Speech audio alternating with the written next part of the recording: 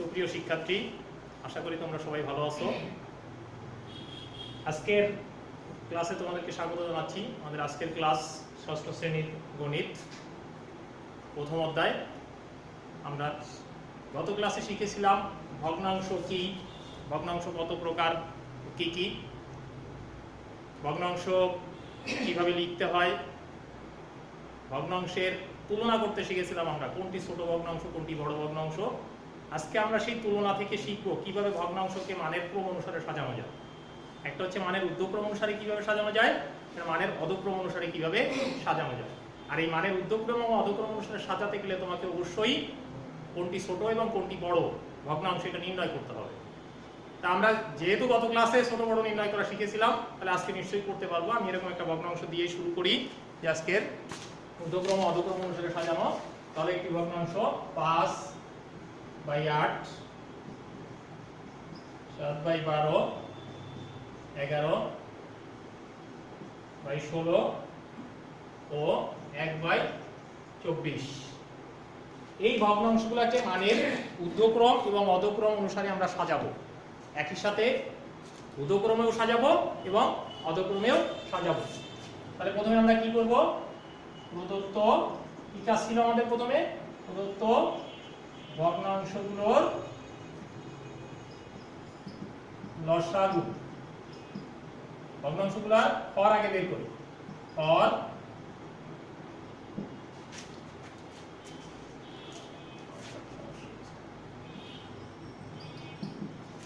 8, 12, 16, 24। নিশ্চয়ই মনে আছে যে হরগুলা কি কি।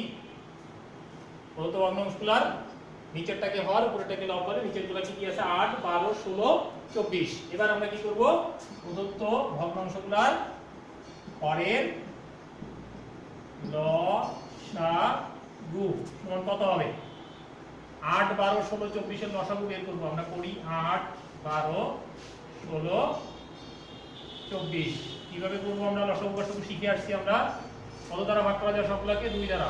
4, এখানে কত হবে 6, এখানে 8, 12 দুগুণে 24। আবার 2 দ্বারা ভাগ করা যায়, 2 দুগুণে 4, 3 দুগুণে 6, 4 দুগুণে 8, 6 দুগুণে 12। দেখো আবার 2 দ্বারা ভাগ করা যায়, তাহলে এখানে হয় 1, এখানে 3 কে ভাগ করা যায় না, তাহলে 3 থেকে যাবে। 4 কে 2 দ্বারা ভাগ করলে 2, 6 কে 2 দ্বারা ভাগ করলে 3। এবার কি আর 2 দ্বারা ভাগ করা যাবে? যাবে না, কারণ একটাই মাত্র 2 আছে। তাহলে এবার কত দ্বারা দেখবো, 2 দ্বারা ভাগ করা যাচ্ছে না, তাহলে দেখতে হবে 3 দ্বারা ভাগ করা যায় কিনা। তাহলে এখানে 2টা 3 আছে না, তাহলে 3 দ্বারা ভাগ করা যাবে। তাহলে এখানে কত হবে 1, এখানে 1, এখানে 2, এখানে কত হবে 1। তাহলে লসাগু কত হবে, অতএব লসাগু সমান কত হবে 2 গুণ 2 গুণ কত, 2 গুণ 3 গুণ, আর এখানে কত আছে, এক বাদে কত আছে 2। তাহলে কত হচ্ছে 2 দুগুণে 4, 4 দুগুণে 8, 3 8 24, 24 দুগুণে কত, 24 দুগুণে 48। তাহলে আমাদের লসাগু হবে 48। তাহলে আমাদের ভগ্নাংশের হরগুলোর লসাগু কত হবে 48। এবার কি ছিল, আমরা হরগুলোর লসাগু বের করার পরে জানি কি করব, প্রত্যেকটা হরকে লসাগুকে প্রত্যেকটা ভগ্নাংশের হর দ্বারা ভাগ করব। তাহলে প্রথমে করি 48 ভাগ, প্রথম ভগ্নাংশের হর কত আছে 8, সমান কত হচ্ছে 6, কমা দিয়ে এবার ভগ্নাংশটা লিখব। 5/8 সমান সমান কি হবে, এই যে 6 কি বলেছিলাম আগে 3, এই ভাগফল দ্বারা আমরা ভগ্নাংশটা লব এবং হরকে গুণ করব। তাহলে 5 গুণ 6 ভাগ কত 8 গুণ 6, তাহলে কত হচ্ছে 530। নিচে কত 6টা 48। তার মানে আমরা কি করতে চাচ্ছি, নিশ্চয়ই আমরা আগে থেকে বলেছিলাম যে একই রকম আমরা সমহর করব। সমহর করতে পারলে আমরা বুঝতে পারবো যার লব বড় সেটা বড়, যার লব ছোট সেটা ছোট। তাহলে আমরা বড় ছোট নির্ণয় করতে পারবো। তাহলে প্রথমটা হয়ে গেল। এবার দ্বিতীয়টা ভাগ করব কাকে, লসাগুকে। লসাগু 48 ভাগ দ্বিতীয় ভগ্নাংশের হর কত 12 সমান সমান কত 4, গুণ করি 7/12 সমান সমান কত হবে 7 গুণ 4 ভাগ হচ্ছে 12 গুণ 4, তাহলে 4 7 28। নিচে কত 4 12 48।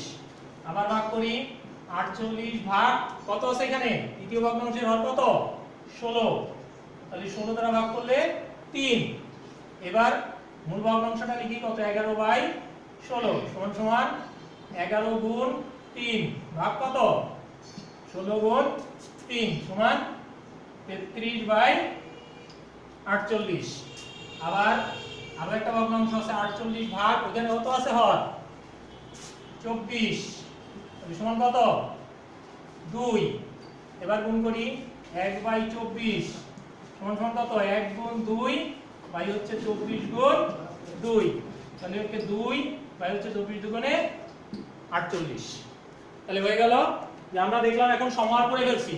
সমাহার করে দেখা যাচ্ছে কত আসছে সমাহার করতে 5/8 সমান কত আসছে 30/48। 7/12 সমান কত আসছে 28/48 এবং 11/16 সমান কত আসছে 33/48।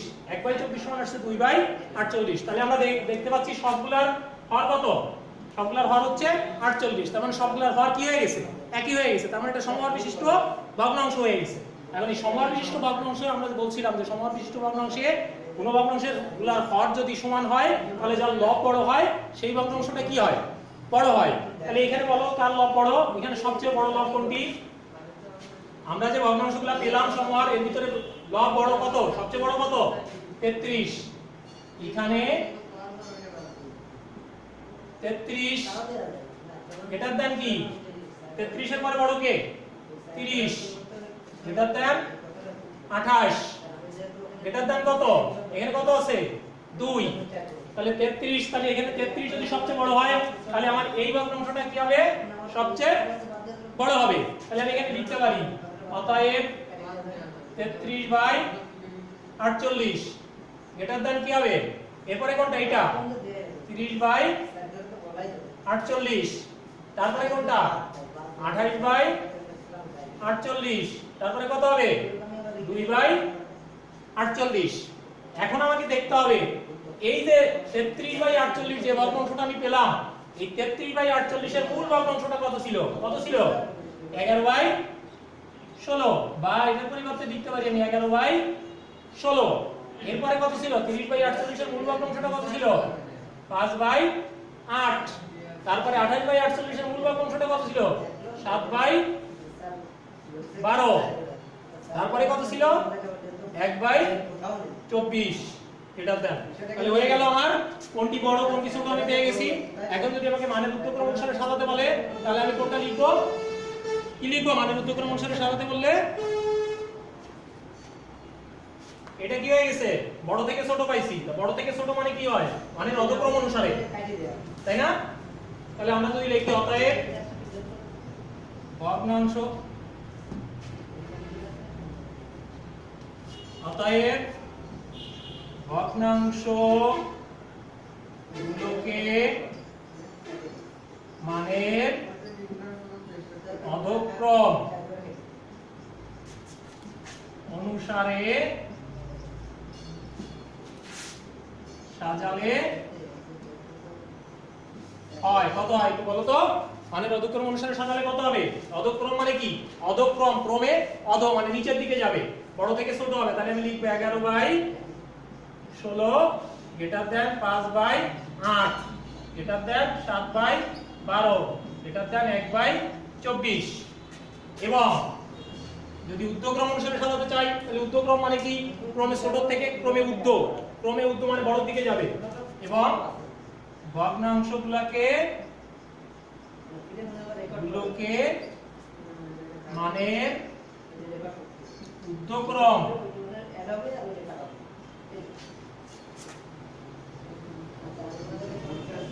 অনুসারে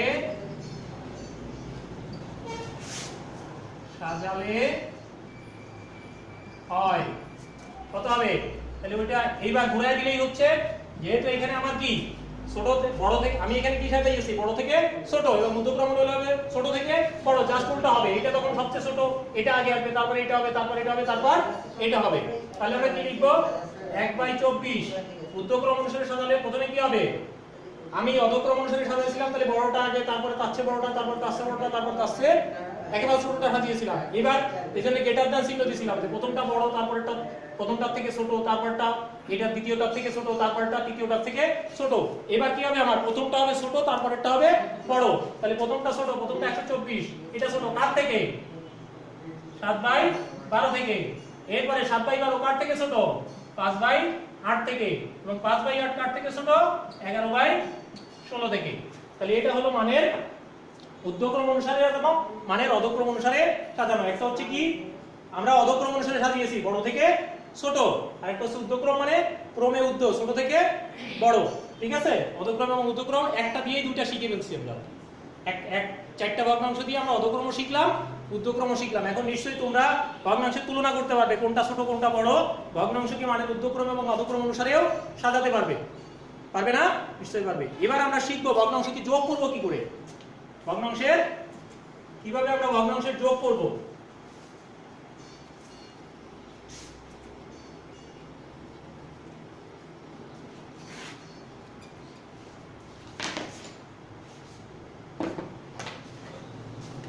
ভগ্নাংশের যোগ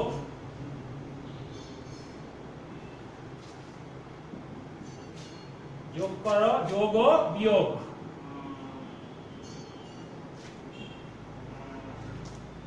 আমরা দুইটা ভগ্নাংশ লিখি।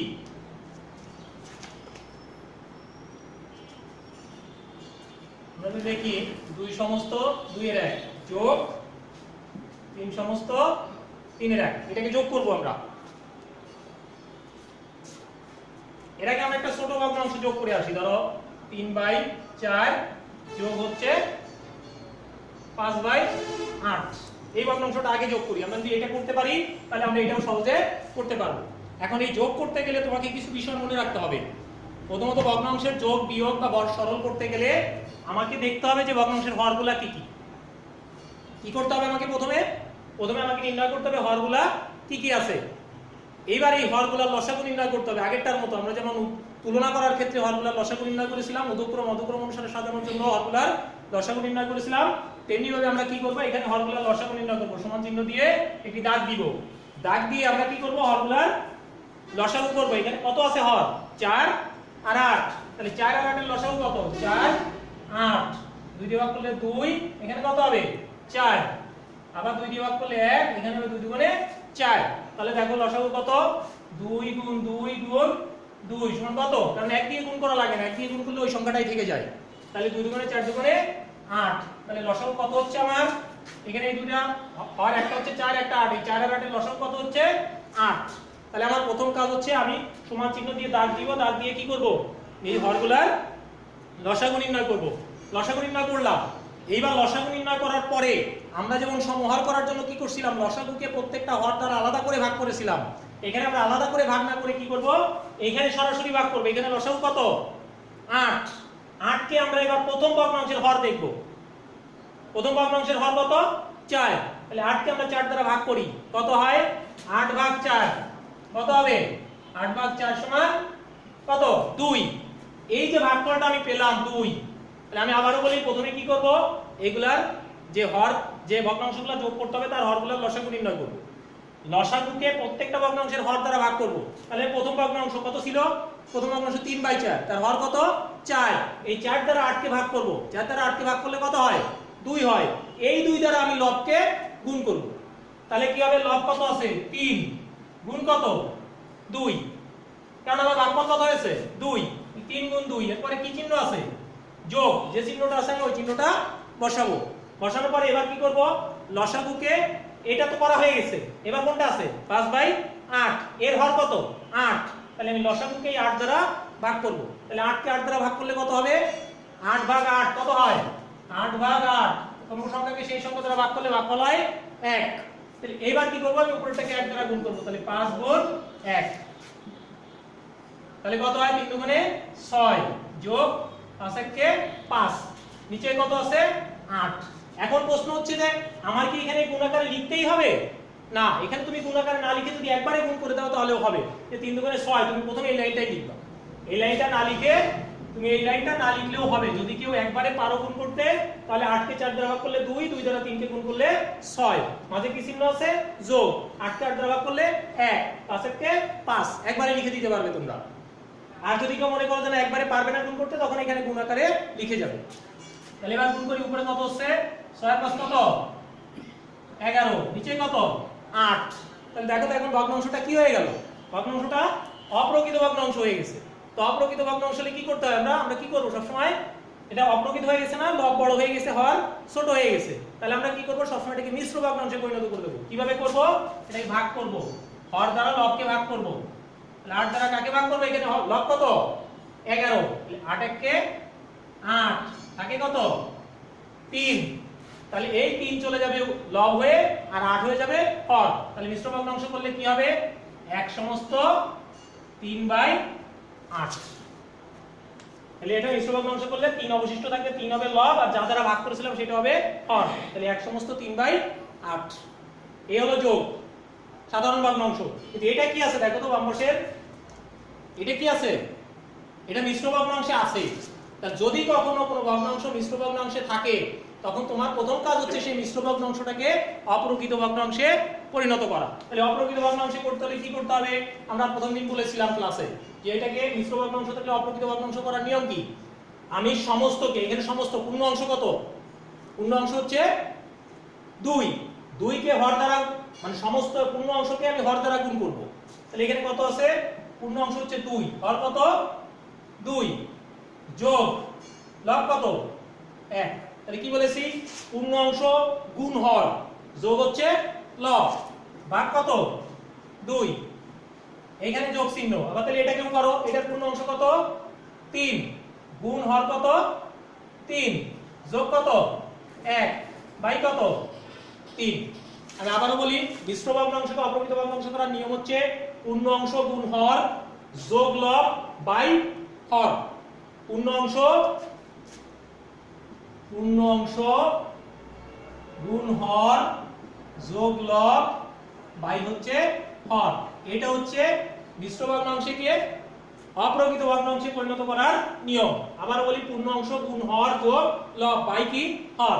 তাহলে তাই করেছি। এবার গুণ করি, 2 দুগুণে কত 4, তার সাথে 1 যোগ করলে 5, 5/2, এইখানে যোগ, এখানে কত হয় 3 3 9, 9 1 10, 10 বাই কত হচ্ছে 3।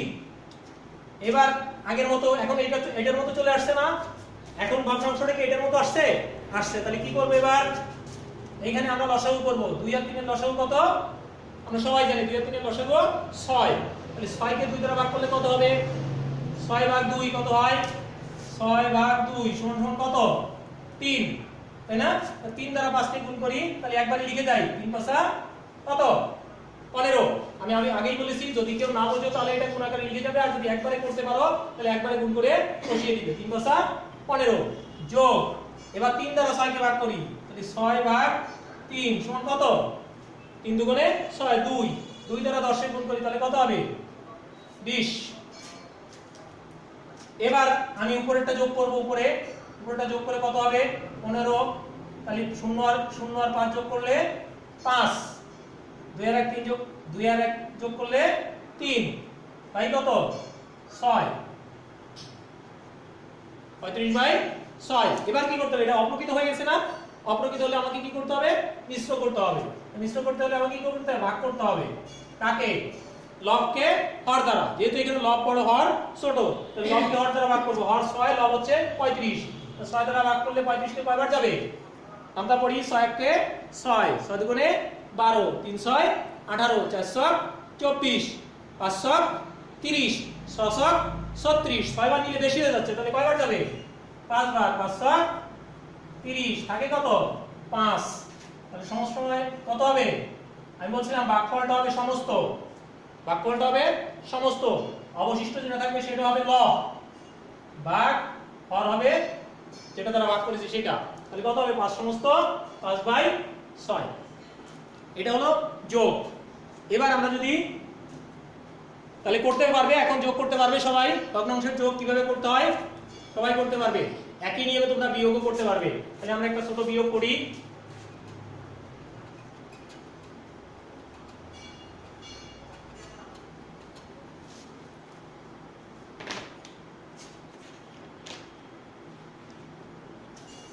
যদি এমন হয় এটা বিয়োগ করতে হবে, করতে পারবো? কি করবো বলো তো? যোগের মতো প্রথমে কি করব, হরগুলার লসাগু করব। হর কত কত আছে? 2 আর 3, তাহলে এর লসাগু কত? 6। 6 কে কি করব এবার? আগের মতো 2 দ্বারা ভাগ করব, তাহলে কত হয়? 3। 3 একে 3, এখানে মাঝে কি চিহ্ন আছে? বিয়োগ। 6 কে 3 দ্বারা ভাগ করলে 2, 2 একে 2, তাহলে কত হয় বিয়োগ করলে? 1/6। এটা হচ্ছে বিয়োগ করতে হবে, বিয়োগ এইভাবে করে। এবং যদি এটা করি 3 সমস্ত 2/3 বিয়োগ 2 সমস্ত 1/6, এটা বিয়োগ করতে হবে। তাহলে কি নিয়ম? আগেটা যোগে যেরকম করছিলাম, প্রথমে আমাকে কি করতে হবে? এটাকে সমস্ত ভাঙাতে হবে, তার মানে মিশ্র ভগ্নাংশ আছে, আমাকে অপ্রকৃত ভগ্নাংশ করতে হবে। তাহলে কি করব? 3 3 9 আর 2 11/3 বিয়োগ 6 দুগুণে 12 আর 1 13/6, তাহলে বিয়োগ করি কত হবে? এবার আগের মতো লসাগু করো, 3 আর 6 এর লসাগু কত? 6। 6 কে যদি 3 দ্বারা ভাগ করি কত হবে? 2, তাহলে 11 দুগুণে 22 বিয়োগ 6 কে 6 দ্বারা ভাগ করলে কত হবে? 1, তাহলে 13 একে 13, তাহলে কত হয়? 3 দ্বারা 12 হবে 9, 9/6। এটা দেখো কাটাকাটি করা যায়, তাহলে 3 3 9, 3 দুগুণে 6, যদি 3 দ্বারা কাটাকাটি করি, যখন দেখবে যে তুমি লঘিষ্ঠ আকারে প্রকাশ করা যায় অর্থাৎ ছোট করা যায়, কেটে ছোট করা যায়, তখন সেটা কেটে ছোট করে নিবে, তাহলে করতে সুবিধা হবে। তাহলে কত হয়? 3/2। এবার আমরা কি করব? অপ্রকৃত হয়ে গেছে না, এটাকে মিশ্র করে দিব, তাহলে কত হবে? 2 দ্বারা ভাগ করতে হবে কাকে? 3 কে, তাহলে 2 1 কে 2 থাকে কত? 1, তাহলে কত হবে? ভাগফল হবে সমস্ত, তারপরে অবশিষ্টটা হবে লব, যেটা দ্বারা ভাগ করেছি সেটা হবে হর, তাহলে এটার বিয়োগফল কত হবে? 1 সমস্ত 2 এর 1। তাহলে আমরা কি শিখলাম আজকে আমরা শিখলাম ভগ্নাংশের তুলনা কিভাবে করতে হয়, অর্থাৎ ছোট বড় ভগ্নাংশ নির্ণয় করে সেটাকে মানের ঊর্ধ্বক্রম অনুসারে এবং অধক্রম অনুসারে সাজাতে পারবো আমরা। আর কি পারবো? আমরা ভগ্নাংশের যোগ করতে পারবো, ভগ্নাংশের বিয়োগ করতে পারবো। আর যে ভগ্নাংশের যোগ এবং বিয়োগ করতে পারবে সে ভগ্নাংশের সরলও করতে পারবে। আমরা পরবর্তী ক্লাসে সরল করা শিখবো এবং এই ভগ্নাংশ সম্পর্কিত সমস্যার সমাধান করা শিখবো। তোমরা সবাই ততক্ষণ ভালো থাকবে, সুস্থ থাকবে। ওকে, ধন্যবাদ।